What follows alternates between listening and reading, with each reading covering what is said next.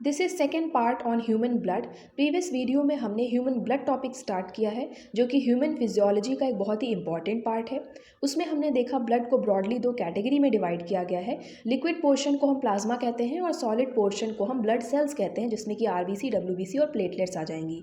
Human blood क्या होता है, कैसी इसकी कॉम्पोजिशन होती है, क्या मेन फंक्शंस ये परफॉर्म करता है, और जितनी भी ये ब्लड सेल्स हैं आरबीसी, डब्ल्यूबीसी, प्लेटलेट्स, इनका फॉर्मेशन कैसे होता है, कहाँ पर होता है, मीन्स काफ़ी इंपॉर्टेंट चीज़ें हमने प्रीवियस पार्ट में डिस्कस की हैं। तो प्रीवियस पार्ट को आप बिल्कुल भी स्किप नहीं कीजिए, आपको इसका लिंक डिस्क्रिप्शन बॉक्स में मिल जाएगा, वहाँ से आप देख सकते हैं। इस वीडियो में हम बेसिकली आरबीसीज़ के बारे में पढ़ेंगे, बिकॉज ह्यूमन ब्लड के डिविजन्स हमने पढ़ लिए। अब हम एक एक करके सभी ब्लड सेल्स के बारे में पढ़ेंगे। इस वीडियो में हम थॉरली आरबीसीज़ के बारे में पढ़ेंगे, फिर आने वाली वीडियो में डब्ल्यूबीसी के बारे में, फिर फर्दर प्लेटलेट्स के बारे में। इस तरह सीरियल वाइज से हमें डिटेल्ड नॉलेज मिल जाएगी।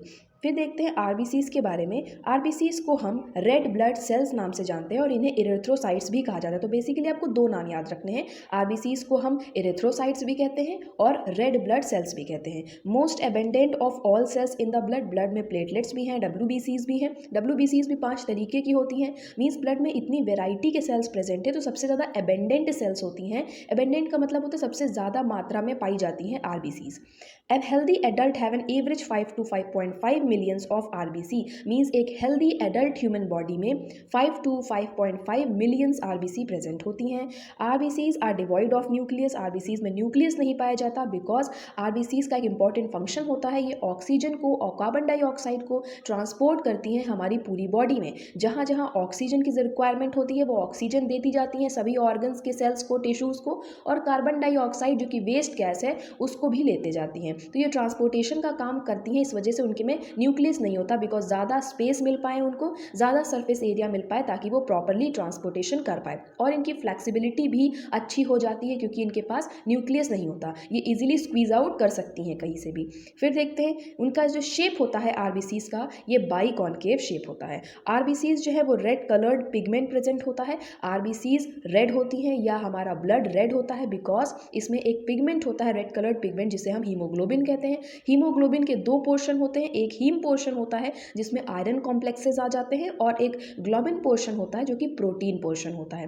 हीमोग्लोबिन को हम रेस्पिरेटरी पिगमेंट भी कहते हैं, और क्योंकि जो हीमोग्लोबिन है यही मेनली रिस्पॉन्सिबल होता है ट्रांसपोर्टेशन में, इसी वजह से इसको रेस्पिरेटरी पिगमेंट कहा जाता है। एक हेल्दी ह्यूमन बॉडी में 12 to 16 ग्राम हीमोग्लोबिन प्रेजेंट होता है every 100 ml of blood. Then average life span of RBCs 120 days. Means जो लाइफ आरबीसीज होती हैं इनका जो लाइफ स्पैन है वो 120 दिन का ही होता है, और 120 दिन बाद ये धीरे धीरे डिस्ट्रॉय होना स्टार्ट हो जाती हैं और इनका डिस्टॉर्शन स्प्लीन में होता है। स्प्लीन को ग्रेव यार्ड ऑफ आरबीसी भी कहा जाता है, बिकॉज जब आरबीसीज ओल्ड हो जाती हैं, डैमेज हो जाती हैं या उनका लाइफ स्पैन पूरा हो जाता है तो स्प्लीन में जाके ये पूरी तरह से डिग्रेड होती हैं, इसी वजह से ग्रेवयार्ड कहा जाता है स्प्लीन को।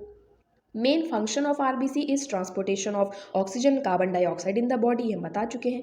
Formation of RBC from bone marrow is called erythropoiesis. RBCs जो है ये बोन मैरो में बनती हैं, कैसे फॉर्मेशन होता है प्रीवियस पार्ट में हम पढ़ चुके हैं। तो इस प्रोसेस को, formation of RBCs by the bone marrow, इस प्रोसेस को हम एरिथ्रोपोएसिस कहते हैं। एरिथ्रोसाइट से एरिथ्रो वर्ड आया है और पोएसिस का मतलब होता है फॉर्मेशन, तो एरिथ्रोसाइट का फॉर्मेशन एरिथ्रोपोएसिस कहलाता है।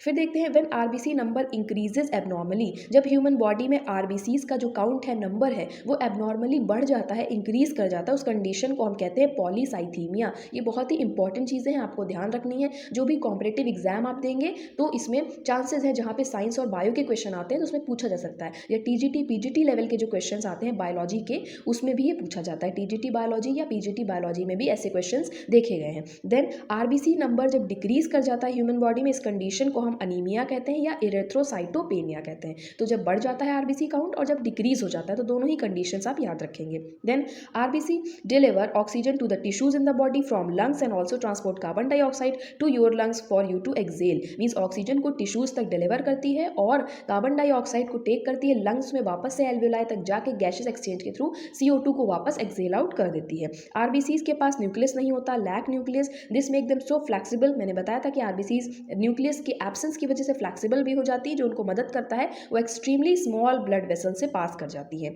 स्प्लीन का मेन फंक्शन क्या होता है, ये एज अ फिल्टर एक्ट करता है हमारे ब्लड के लिए, जो कि हमारे ब्लड को रिकॉग्नाइज करता है और ओल्ड और डैमेज्ड आरबीसीज को रिमूव करता है। स्प्लीन अपना फंक्शन कैसे परफॉर्म करता है, बिकॉज जो आरबीसीज हैं ये स्प्लीन में ही डिस्ट्रॉय किए जाते हैं। तो हमने पढ़ा कि आरबीसीज के अंदर हीमोग्लोबिन प्रेजेंट होता है, एक रेड कलर का पिगमेंट, तो हीमोग्लोबिन भी डिस्ट्रॉय होगा। तो इसके बारे में देख लेते हैं। हीमोग्लोबिन में मैंने बताया था कि एक हीम पोर्शन होता है जो कि आयरन का पोर्शन होता है। तो हम आयरन तो हमारी बॉडी के लिए यूजफुल है, इसे तो हम वेस्ट में नहीं जाने दे सकते, ना ही हम इसे डिस्ट्रॉय कर सकते हैं। ठीक है, heme portion of hemoglobin is not degraded, ये डिग्रेड नहीं किया जाता, ये स्टोर कर लिया जाता है फेरेटिन फॉर्म में और इसे वापस से सेंड कर दिया जाता है बोन मैरो में, जहां हीमोग्लोबिन बनता है। बिकॉज हमने पढ़ा था कि बोन मैरो में ही आरबीसीज का फॉर्मेशन होता है, तो आरबीसीज का फॉर्मेशन होगा तो हीमोग्लोबिन भी बनेगा। तो हीमोग्लोबिन के बनने में आयरन की रिक्वायरमेंट होती है, तो यहाँ पे आयरन वाले पोर्शन को बोन मैरो में भेज दिया जाता है, वो डिग्रेड नहीं होता है।